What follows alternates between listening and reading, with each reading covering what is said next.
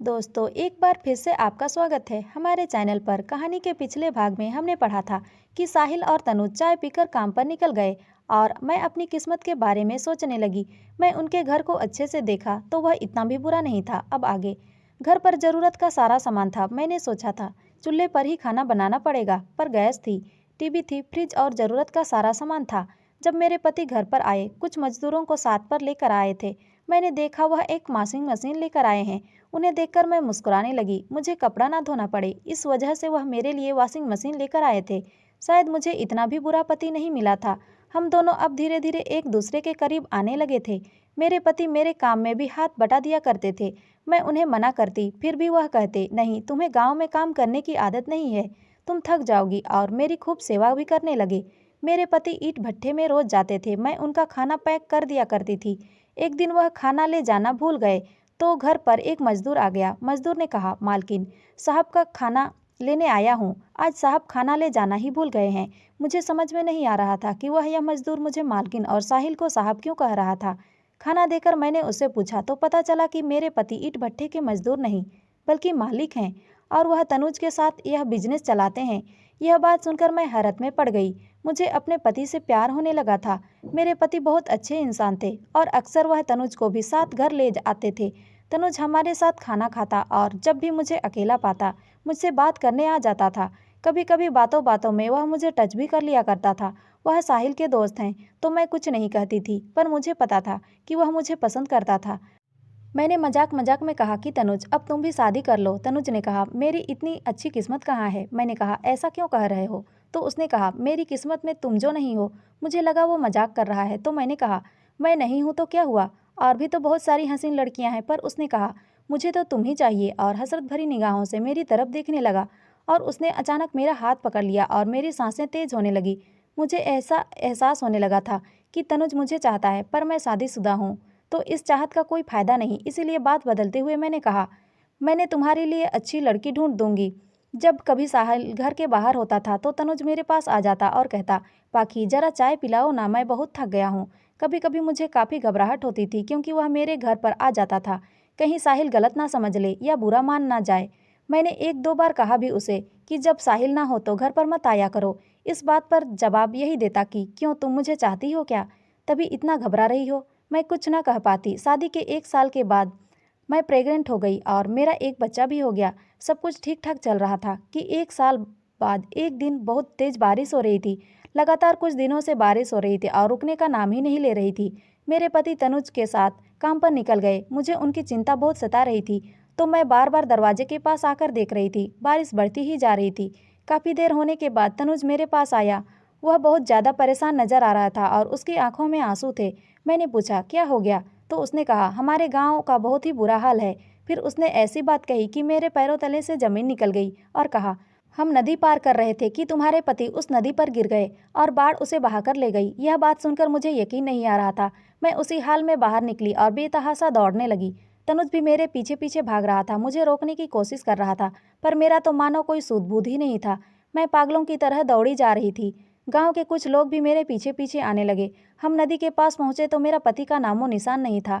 यह बाढ़ मेरी जिंदगी की खुशियां बहाकर ले गई थी, मेरा प्यार बहाकर ले गई थी। और उसके बाद ही तनुज मुझे शादी का प्रस्ताव दिया, पर जब मैंने उसे मना कर दिया तो उसने मुझे ईंट भट्ठे का हिस्सा भी नहीं दिया और मुझे दर दर की ठोकरें खाने के लिए मजबूर कर दिया। और जिंदगी हर एक लम्हे ये खालीपन और सुनेपन में गुजरने लगे। मर्द का वेश बनाकर मैं अपने ही ईंट भट्ठे में काम करने लगी जिसके मालिक मेरे पति थे, और इस भट्ठे में आज मैं मजदूर थी। और कभी मुझे यह सताने लगा कि अगर तनुज ने मुझे देख लिया तो मेरी जिंदगी का क्या होगा। आज इस भीगी हुई हालत में उसने मुझे जरूर पहचान लिया होगा, तभी मुझे अपने सामने कपड़े बदलने को कह रहा है। पर मैं वैसे ही खड़ी रही तो तनुज मेरे पास आ गया और अपने हाथों से मेरा कुर्ता उतार दिया। और जैसे ही उसने मेरे बदन को देखा वह समझ चुका था कि मैं मर्द के वेश में औरत हूँ।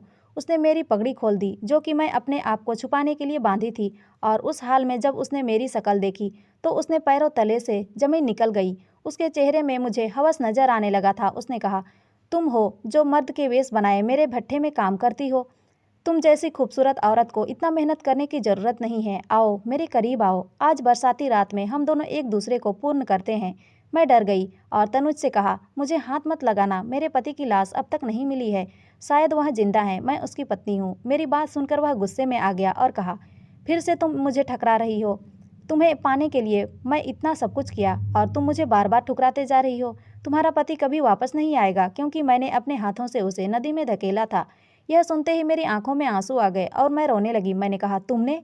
पर क्यों? उसने कहा, मैं तुम्हें पहले दिन से ही पसंद करता था और मुझे हर वक्त साहिल की किस्मत से जलन होती थी कि उसे तुम जैसी खूबसूरत शहरी लड़की मिल गई है।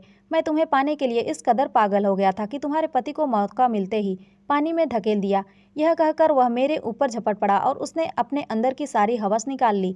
मैं चीखती रही, चिल्लाती रही, उसे मारती रही, पर उसे कोई फर्क नहीं पड़ा। उसने मेरी इज्जत को तार तार कर दिया और उसके बाद वह मुझे उठाकर भट्ठे में ले गया और उस सुनसान जगह पर बारिश में भीगते हुए फिर से मेरे साथ मैं रोती रह गई और यह खुला आसमान बारिश रूपी आंसू बहाता गया।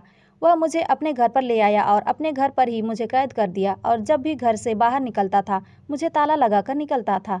जब भी घर पर रहता था मेरे साथ गलत करता था और मुझे बार बार कहता था कि मुझे स्वीकार लो, पर मैं अपने पति के कातिल को कैसे स्वीकार लूं? उसने बस इतनी रहम दिखाई थी कि मेरे बच्चे को मेरे पास लेकर आया था। जब वह घर पर नहीं रहता तो मैं बहुत रोती थी। करीब 7 दिन के बाद जब मैं बिल्कुल टूट चुकी थी, फिर से वह मेरे साथ गलत काम कर रहा था, तभी कुछ लोग दरवाज़ा खटखटाने लगे। मुझे लगा यही मेरी मुक्ति का मौका है।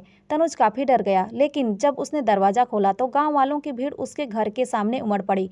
वह किसी को रोक ना पाया। गांव वालों ने मुझे वहां पर देख लिया। मैं उनके पैर पड़ने लगी और कहने लगी कि इसने मेरे साथ क्या क्या गलत किया है। गांव वाले कहने लगे कि हमें पता है कि इसने तुम्हारे साथ क्या क्या गलत किया है। उनकी बातें सुनकर मैं बहुत रोने लगी कि तभी भीड़ में से निकलकर मेरे सामने एक शख्स खड़ा हो गया। जब मैं उसकी शक्ल देखी तो मेरा कलेजा मानो बाहर आ गया, क्योंकि वह कोई और नहीं बल्कि मेरा पति साहिल था। लोग तनुज को मारने लगे और पीट पीट कर अधमरा कर दिया, फिर उसे पुलिस के हवाले कर दिया। साहिल मुझे और अपने बच्चे को लेकर अपने घर पर गया। जब वह मेरे पास आया तो मैंने कहा, तुमने बहुत देर कर दी है, उस कमीने ने मेरा सर्वनाश कर दिया है। अब इतने दिन कहाँ पर थे? उन्होंने कहा, तनुज ने मुझे बाढ़ वाले दिन नदी में धकेल दिया और मैं उस नदी के बहाव में बहता चला गया।